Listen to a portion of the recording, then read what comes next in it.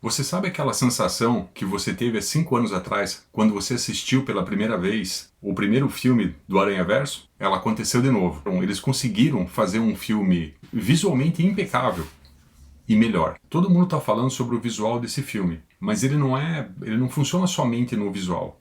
Ele funciona também na trilha sonora, funciona também bem no roteiro. Tá muito legal, assim, tá muito bem desenvolvida a jornada do Miles e da Gwen, dos outros personagens também. E é claro que visualmente ele é uma experiência fantástica, é uma experiência imersiva fantástica. Ele tem elementos de graphic novel, de pop art, de grafite, de comic art, de animação, de animação japonesa, tem influência da Pixar, é um monte de influência. Vocês vão ver aquarelas que lembram as capas que o David Mack desenhava para Kabuki ou para Jessica Jones. Uma das coisas assim muito legais desse filme é que tem em algumas cenas do Miles e da Gwen, porque ele consegue fazer isso de novo, eles conseguem explorar bastante essa e passar para o espectador essa sensação de como seria duas pessoas que conseguem andar pelas paredes de um arranha-céu, e eles passam para a gente essa sensação de vertigem, essa sensação de um pouco de medo de altura, e que também, ao mesmo tempo, passa uma tranquilidade, um panorama bonito de lá de cima da cidade, contemplativo. E esse ponto de vista, que é único desse tipo de ser, de um Homem-Aranha ou de uma Mulher-Aranha, geralmente ele é mal aproveitado nos outros filmes do Homem-Aranha. Ele até é desenvolvido, mas ele não consegue passar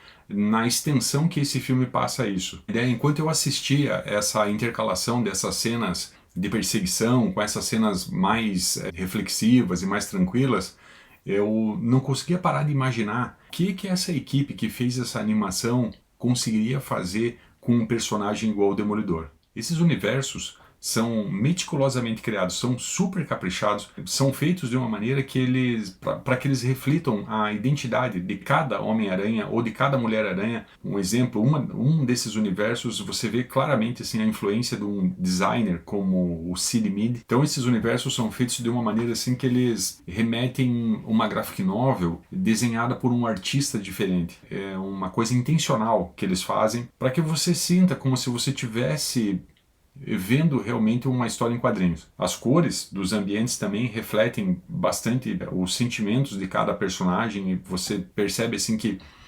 dependendo do que o personagem está passando naquele momento, você tem uma modificação no ambiente em volta dele. Uma modificação de textura, de estilo, de cor. E já desde a primeira cena, o filme ele já faz essa referência ao cânone dos quadrinhos. E são muitas referências. Mesmo eu que considero que conheço bastante o cânone do Homem-Aranha, é impossível você pegar e identificar todas as referências que estão acontecendo. Assim, eu digo na primeira vez que você está assistindo isso, né? A impressão que você tem é que você está levando assim, uma enxurrada de referências dos quadrinhos, do cinema. O Oscar Isaac, que a gente conhece, que ele faz também no streaming da Disney, na Marvel, ele faz o Cavaleiro da Lua. Ele faz a voz de um personagem que vai ser bem importante nesse filme. Os quadrinhos, que nunca foi um personagem assim dos mais legais lá dos quadrinhos, ele recebeu um upgrade assim gigante nesse filme. Já deve ter colecionador atrás da revista com a primeira aparição dele. Em 2018, um pouco antes do lançamento do primeiro filme, os produtores do Aranhaverso, eles tinham um primeiro corte. E eles pegaram e fizeram um evento onde eles pegaram e mostraram, era um evento para mostrar para um time da Pixar, que era um time que estava trabalhando nessa época nesse filme chamado Soul. O pessoal da Pixar que foi nesse evento não sabia direito o que eles iam ver ali. Eles assistiram esse primeiro corte e quando eles saíram, foi unânime a opinião deles, que eles estavam diante de uma obra que ia mudar a indústria da animação.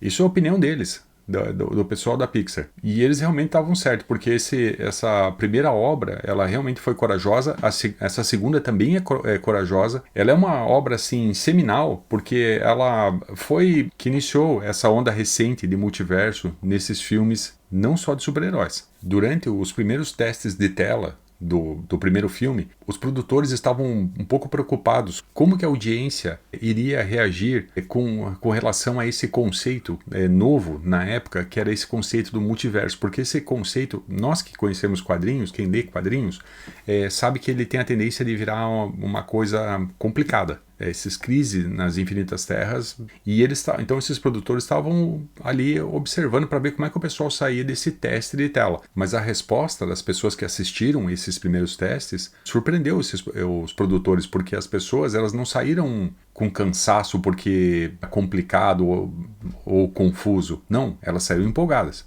Nessa franquia, tudo que acontece é por conta de um colisor de partículas. Esse assunto, ele me interessa. Porque alguns anos atrás eu visitei pessoalmente um colisor de partículas.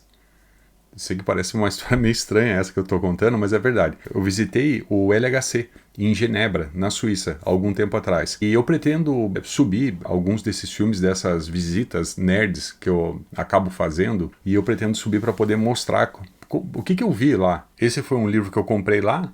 Eles têm uma livraria. Nesse livro conta a história, por que o CERN resolveu desenvolver um colisor de hadrons. Aqui tem uma foto grande dele. Tem uma foto do Oppenheimer. Então eu tô lendo o livro desse tamanho aqui, quase 800 páginas. Esse livro aqui que serviu de base para o novo filme Oppenheimer, que deve sair agora em julho. Antes do lançamento do filme eu pretendo fazer um vídeo desse livro. Bom, se você ainda não foi ver esse novo Aranhaverso, um conselho: procure uma sala que, além de ter um sistema de projeção bom, que tenha também um sistema de som bom e bem regulado. E que tenha poltrona confortável, porque são quase 2h30 de filme. Não chega a ser um Blade Runner, mas é longo. Eu acho que esse filme realmente é uma obra de arte. E ele é assim uma coisa que você imaginava que de repente ia chegar pelas mãos da Pixar. E chegou pelas mãos da Sony. E isso me lembra uma coisa que acontecia bastante nos quadrinhos. Quando as coisas começavam a ficar um pouco monótonas, formulaica demais, e que algumas pessoas falavam assim, olha, agora eu acho que não vai muito longe, aqui já deu. Quando acontecia isso nos quadrinhos, geralmente aparecia alguém que era uma força criativa que simplesmente renovava o personagem, o título, o gênero. E eu acho que o Aranhaverso é uma dessas forças criativas que o gênero precisava. Eu tenho a impressão que esse cara aqui concordaria comigo.